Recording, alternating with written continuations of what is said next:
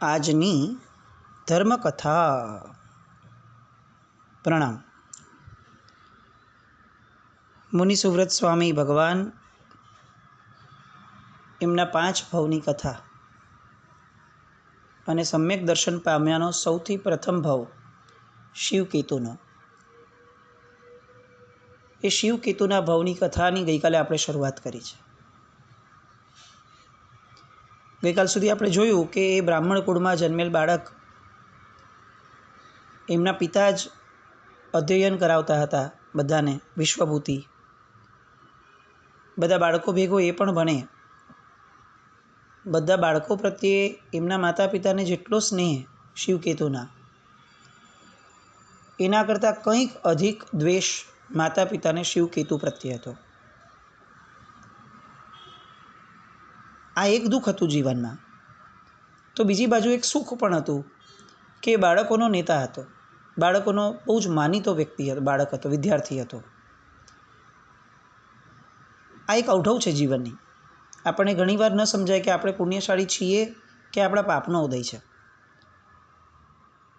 આમ ભગવાનના ભવની પણ વિચારણા કરીએ તો એવું લાગે કે કેવો ભયંકર પાપનો ઉદય હોય કે સગા મા બાપને પોતાનો દીકરો એ પસંદ જ ન હોય. જોવો, અકારણ. પાછું બાળક કજિયાળું હોય, તોફાની હોય, આમાંનું એક પણ કારણ નહીં, અને તેમ છતાં પણ જોવો જ ન ગમે, એની હારે રહેવું જ ન ગમે. આ પાપનો ઉદય. તો બીજી બાજુ અકારણ એ જ બાળક બધા જ વિદ્યાર્થીઓને અતિશય પ્રિય હોય. એટલો બધો પ્રિય કે પોતાના નેતા ગણવા લાગે, એની બધી જ વાતો માને. 8 વર્ષના આ શિવકેતુ માટે આ બંને ઘટનાઓ એક સાથે જે થતી હતી, પેરેલલ, એ વિમાસણ ઊભી કરતી હતી. આને ખરેખર મારા જીવનનો પાપનો ઉદય કહેવાય કે પુણ્યનો ઉદય કહેવાય? આપણને ઘણીવાર આવા પ્રશ્નો થતા હશે કે આપણને જ્યારે કોઈ પુણ્યશાળી કહે ત્યારે આપણને તરત વિચાર આવે કે શું પુણ્યશાળી, જીવનમાં કેટલી મુશ્કેલીઓ છે, કેવા કેવા પાપનો ઉદય છે. પણ ક્યાંય આપણે એવું નથી વિચારતા કે આ બધા જ પાપના ઉદય વચ્ચે પણ કેટલી હદ સુધીના પુણ્યના ઉદયો પણ આપણે ભોગવીએ છીએ. આપણી સાથે જે આપણી ધારણા પ્રમાણેનું નથી થતું, એ જેમ આપણો પાપનો ઉદય છે, એમ જગતના કેટલા બધા લોકો સાથે જે નબળું થાય છે, એમાંનું મહદ અંશે કંઈ જ આપણી હારે નબળું નથી થયું, એ પુણ્યનો ઉદય ન ગણાય? કોઈક રસ્તા પર જન્મ્યું, રસ્તા પર જ ઉછર્યું અને રસ્તા પર જ ગુજરી ગયું, એ એના પાપનો ઉદય, એની ના નથી. પણ હું ન રસ્તા પર જન્મ્યો, ન રસ્તા પર ઉછર્યો, ન રસ્તા પર મરીશ. હું એક વ્યવસ્થિત ઘરની અંદરમાં, કુટુંબ પરિવારની અંદરમાં જન્મ્યો. આ મારા પુણ્યના ઉદય નહીં? આવી કેટલી બધી પુણ્યના ઉદયની ધારા અગર આપણે આપણી જાત માટે વિચારવા બેસીએ તો આપણને એવું લાગે કે આટલા બધા પુણ્યના ઉદયની સામે કદાચ 2-5 પાપના ઉદય આવી ગયા છે, તો એ મારા મગજમાં હાઇલાઇટ કેમ થાય છે? એના અસ્તિત્વને નકારવાની વાત નથી કે એ હોઈ જ ન શકે, એ ભૂલી જ જવાનું નહીં. જે છે, દેખાય છે, સંવેદાય છે, એને કેવી રીતે ડિનાય કરી શકાય? એ તો છે જ ભાઈ. પણ જ્યારે મને થાળીની અંદરમાં 15 વસ્તુ સારી પીરસવા મળી છે, પીરસાઈને આવી છે, ત્યારે જે 2-3 વસ્તુની અંદરમાં મીઠું નથી પડ્યું, એની ફરિયાદ કેમ કરવાની? મારે જેટલું ખવાય એટલું મારી રીતે ખાઈ લેવાનું, અને કદાચ ઓલું ખાવું પડે તો થોડું ગળી જવાનું ખાવાના પ્રયત્ન કર્યા વિના, કારણ કે સાથે બીજી 15 વસ્તુઓ એવી છે કે જે હું રસાસ્વાદ લઈને જમી શકું એમ છું.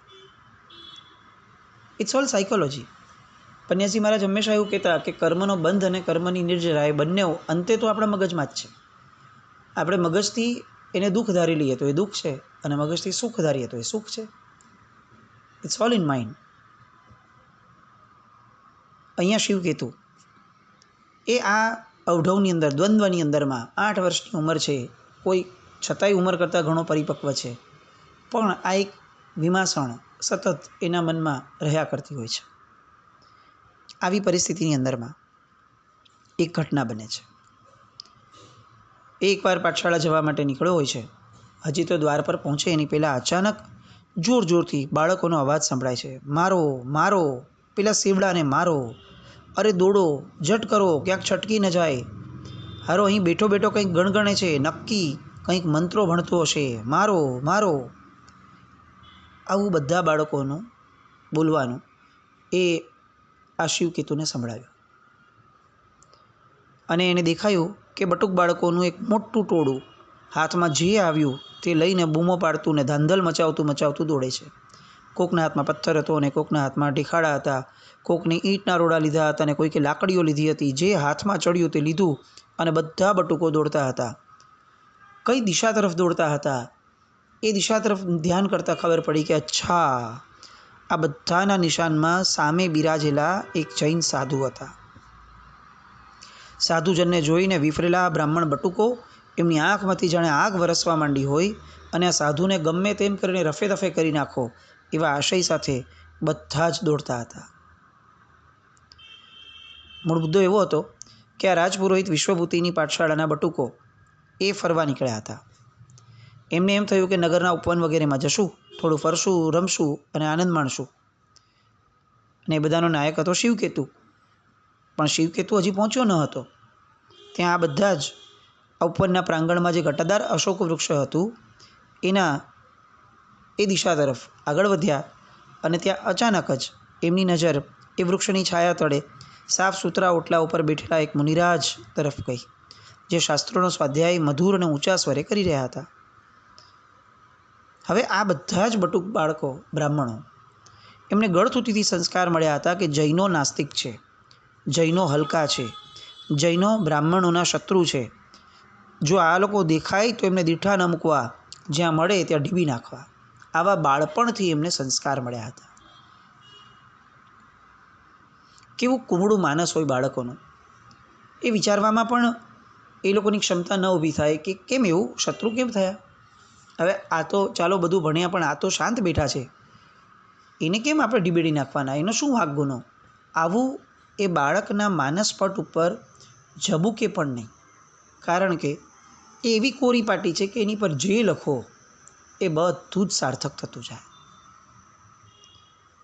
બાળકોના એ ઉંમરના અધિજનન શાસ્ત્ર પ્રમાણે એ નાની ઉંમરના સંસ્કારો એ એના જીવનના છેલ્લા શ્વાસ સુધી એ છોડી નથી શકતો. એ ગમે તેટલો એજ્યુકેટ થાય, ગમે તેટલો એ વિકસિત થાય વૈચારિક રીતે પણ કેટલાક એ સંસ્કારો કે જે એણે જોયા છે એની નજર સામે, જે એણે વારંવાર સાંભળ્યા છે, જેને સંભળાવવામાં આવ્યા છે, એ સંસ્કારોને એ ક્યારે પણ ભૂલી નથી શકતો. જે બાળકે એની આ વયની અંદરમાં પોતાના મા બાપ સાથે રહેવાની ઈચ્છા ઊભી થઈ હોય અને જો એ પામી ન શક્યો હોય, આ અત્યારના શહેરીકરણના જીવનના ભાગરૂપે જો એના મમ્મી ને પપ્પા બંને એ ઓફિસ ગોઈંગ હોય અથવા વર્કોલિક હોય અને જો એણે નાનપણના સમયની અંદરમાં પોતાના મા બાપ માટે જો ઝૂરવાનો એણે કેટલોક સમય પસાર કર્યો હોય, એ ઉંમરમાં સમજણો થાય એની પહેલાંની ઉંમરમાં, તો એ ક્યારેય પોતાના જીવનની અંદરમાં માતા પિતા પ્રત્યે ગમે તેટલું ઈચ્છે તો પણ એ એવો સદભાવ કે વિનય ઊભો ન કરી શકે. એની છાપ બહુ જ મોટી હોય. આજની આપણી જે વ્યવસ્થાઓ છે જેમાં માતાને જોબ પર જવાનું કે બિઝનેસ પર જવાનું કે બાળક માટે સમય ન કાઢવાનું મન થાય છે, એનું પરિણામ એ બહુ સ્પષ્ટ છે. આજે આપણે એને પ્રી નર્સરીમાં મૂકીએ છીએ તો એ એડમિશન લેતી વખતે આપણે બહુ તૈયારી રાખવી જ પડશે કે આજની આ પ્રી નર્સરી એ આવતીકાલે મારા વૃદ્ધાશ્રમનું બુકિંગ છે. કારણ કે જે વયની અંદરમાં એને ફક્ત મા બાપનો સંગ, ફક્ત ઘરનું વાતાવરણ, ફક્ત લોકોને ઓબ્ઝર્વ કરવા, એ બધું કરવાનું હતું, એ વયમાં એની પાસે કંઈક કરાવવાનું, કંઈક શીખવાડવાનું, આ બધું ભાર મૂકનાર એ મા બાપ એ ક્યાંક ને ક્યાંક પોતાનું અહિત કરી રહ્યા છે. વાતો ઘણી છે, પણ મૂળ મુદ્દા પર આપણે આવીએ અત્યારે કે આ બાળકોને મગજની અંદરમાં ઠસાવી દેવામાં આવ્યું હતું કે આ જૈનો દેખાય, એમાંય સાધુઓ દેખાય તો ઢીબેડી નાખવા. અને એટલે બધા જ બાળકો એ જે હાથમાં આવ્યું તે લઈ અને મારવા માટે દોડ્યા હતા. શિવકેતુની નજર ગઈ કે આ લોકો તો આને મારશે, ચીસાચીસ કરતા જતા હતા અને બસ સાવ નજીક પહોંચતા હતા. અને એટલામાં જ શિવકેતુ જોરથી બૂમ પાડે છે અને તરત જ બધાને રોકે છે અને પોતે એકદમ સાબદો થઈ અને બધાને કહે છે કે કોઈ અહીંયાથી હલતા નહીં, કોઈ હલતા નહીં. બધા જ ઊભા રહી ગયા. આમ સત્તાવાહી સૂરે, કારણ કે એને ખબર છે કે એ જે કહેશે એ થવાનું છે, એટલે સત્તાવાહી સૂરે એણે કીધું કે ઊભા રહો, કોઈએ પથ્થરો મારવાનો નથી, ઊભા રહો. જે પણ પથ્થર મારે તેને ગુરુજીના સોગંદ છે, એને ધર્મના સોગંદ છે, કોઈ મારતા નહીં, કોઈ નહીં. અને તુફાને ચડેલા અટકચાળા બટક બાળકો આ બધા સાંભળીને સ્તબ્ધ થઈ ગયા, થંભી ગયા ત્યાં ને ત્યાં જ. બધાના ઉગામેલા હાથ અધ્ધર જ રહી ગયા. સોગંદનું ઉલ્લંઘન કરવું એ કોઈની માટે શક્ય ન હતું. આ પણ એક આર્ય સંસ્કૃતિની એક પ્રણાલિકા હતી. આપણે ત્યાં ઋષભદેવ ભગવાનની જ્યારે રાજ્ય ન્યાય વ્યવસ્થા જોઈએ ને, તો રાજા ઋષભે કેટલીક પરંપરા, ન્યાયી પરંપરા શરૂ કરતાં પહેલાં એને કેટલાક જે દોષિત થાય એને કેટલાક શબ્દો દ્વારા એમને ન્યાય તરફ વાળવા માટેનો પ્રયત્ન કરતા, ફક્ત શબ્દો દ્વારા. કારણ કે એ સમયની યોગ્યતા પણ એવી હતી કે કોઈ આપણને એમ કે હે તે આવું કર્યું, જા તે આવું કર્યું, એમ કરીને મોઢું ફેરવવું અને છેલ્લે ધિક્કાર, તે આવું કર્યું. આ બધી જ પરંપરાઓ એ પણ ન્યાયનો ભાગ ગણાતા હતા. એમાંનો જ એક ભાગ હતો કે જો તું હવે આવું કરીશ તો તને સોગંદ છે તારા ગમતા વ્યક્તિના કે તારા પૂજ્ય તત્વના. જોકે આ બહુ જ અંતિમ સ્વરૂપે અપાય. આપણે જે રૂટિનમાં એને સાવ સામાન્ય બનાવી દીધા એવી સ્વરૂપે વાપરવાની વાત નથી, પણ આ પણ એક પ્રકાર છે સમજાવવાનો. બાળકોને સમજાવ્યા, બધા જ બાળકો અટકી ગયા. કોઈએ પથ્થર એનો ઘા ન કર્યો. બધાને અણગમો થયો કે આ શું કરે છે, આવી રીતે કેમ કરતો હશે. પણ બધાએ શિવકેતુના આંખની અંદરમાં કેટલોક ભાવ વાંચ્યો કે શિવકેતુ જે છે એને આ ગમ્યું નથી આપણે કર્યું છે એટલે. અને પછી એટલામાં જ શિવકેતુ એમને સમજાવે છે કે જુઓ, કોઈ એક અજાણ્યો વ્યક્તિ એને વગર કારણે આપણે મારીએ તો એમાં આપણું નામ બગડે એવું નહીં, આપણા ગુરુનું નામ બગડે, આપણી શાળાનું નામ બગડે. શું આપણે એ બગાડવા બેઠા છીએ?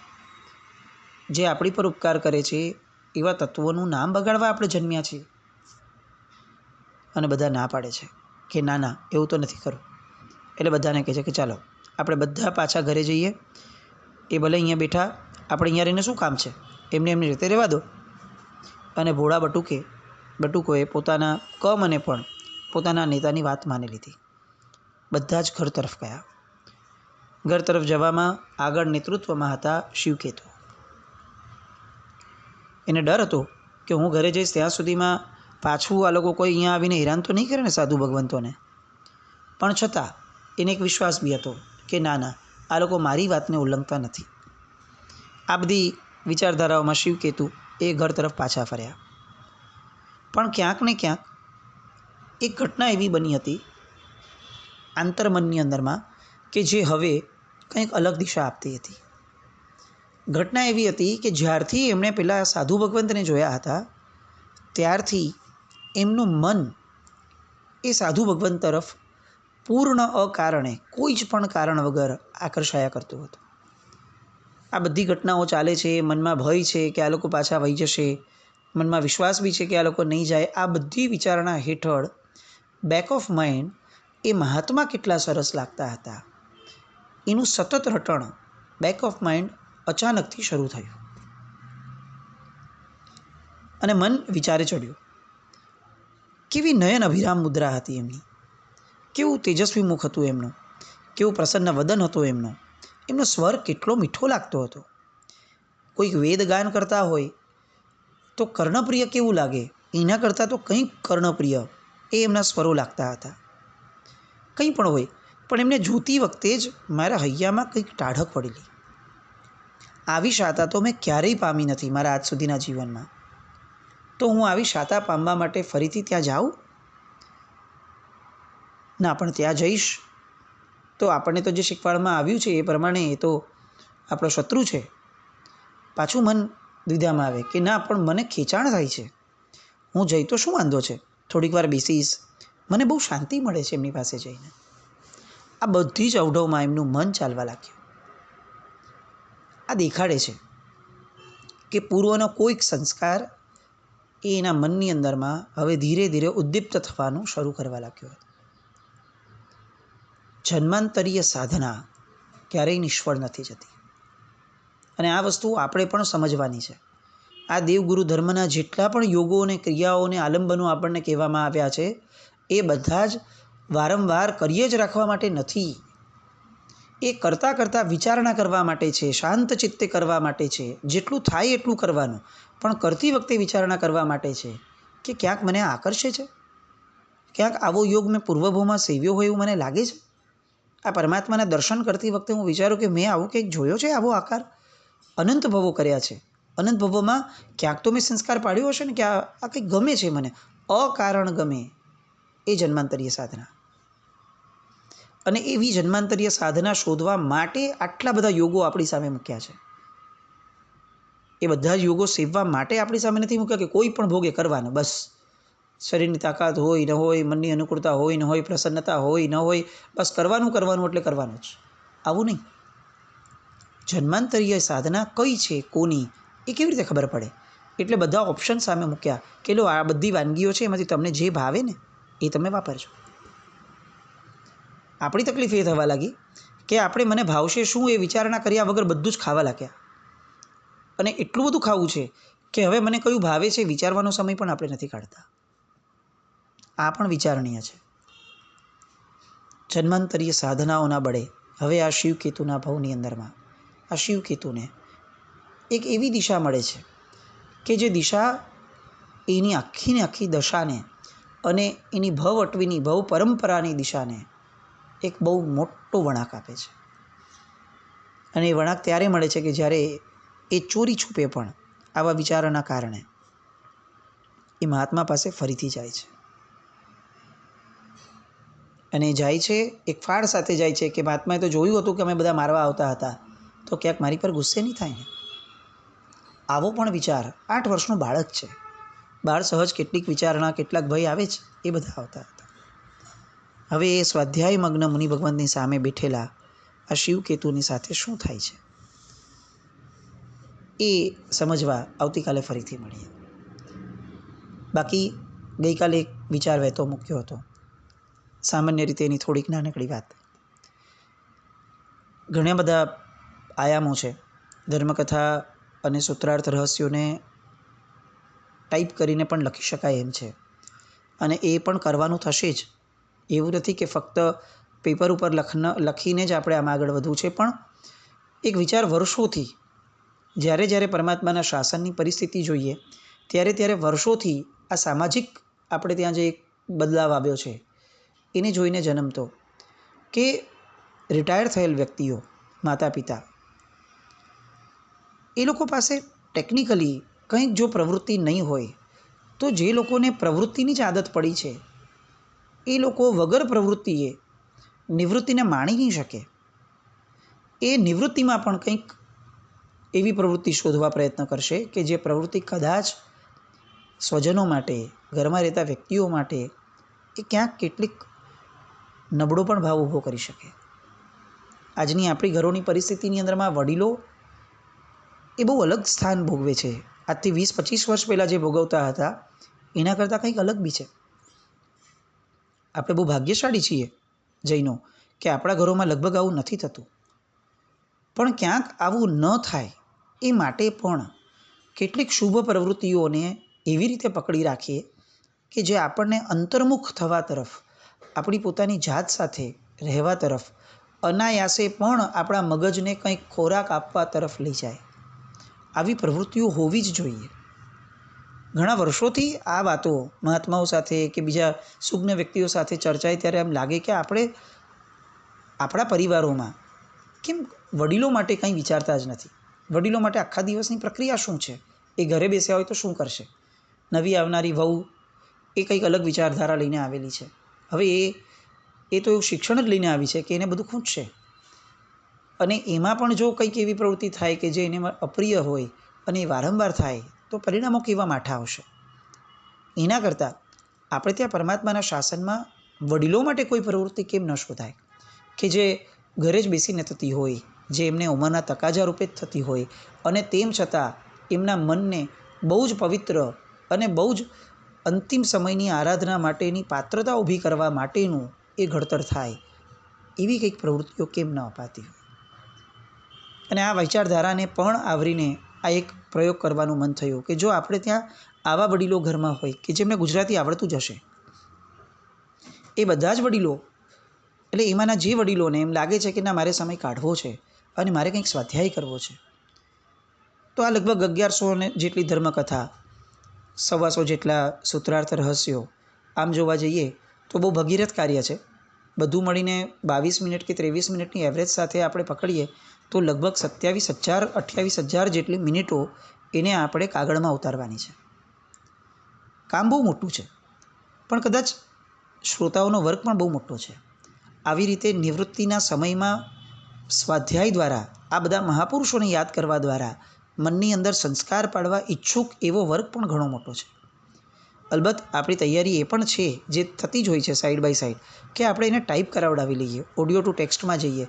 એ સેકન્ડ નંબરમાં આ પ્રયત્નોનો પણ આપણે આ વસ્તુમાં જવાના છીએ, પણ પ્રાથમિક રીતે આ કરવાનું કારણ એ છે કે આપણા વડીલો એ જો આમાં જોડાઈ જાય સ્વૈચ્છિક રીતે, આને એવી રીતે પોતાના જીવનની અંદરમાં કેટલાક સમય માટે સ્વીકારી લે, તો આ બધી જ મિનિટોનું જે સ્વાધ્યાય જે એમને થાય છે એ ક્યાંક ને ક્યાંક એમને બહુ સરસ દિશા આપશે, એમને નબળી વિચારધારાઓથી અટકાવી પણ શકશે.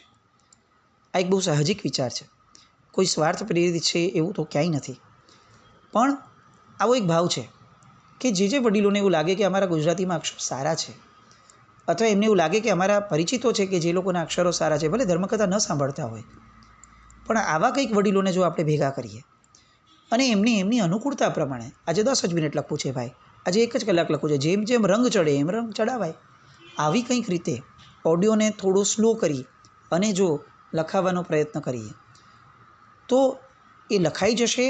એના કરતાં વધારે ફાયદાકારક એ છે કે એમનો સમય સારી દિશામાં જશે. આવો પણ એક ભાવ છે. ફરીથી હવે આનું જે ફાઇનલ સ્ટ્રક્ચર છે જે આપણે વિચાર્યું છે, એને એક પ્રોપર ઢાંચા સાથે એક અલગ ઓડિયોમાં આવતીકાલે મૂકવાનો પ્રયત્ન કરીએ, પણ પહેલાં વસ્તુથી ભાવિત થઈએ.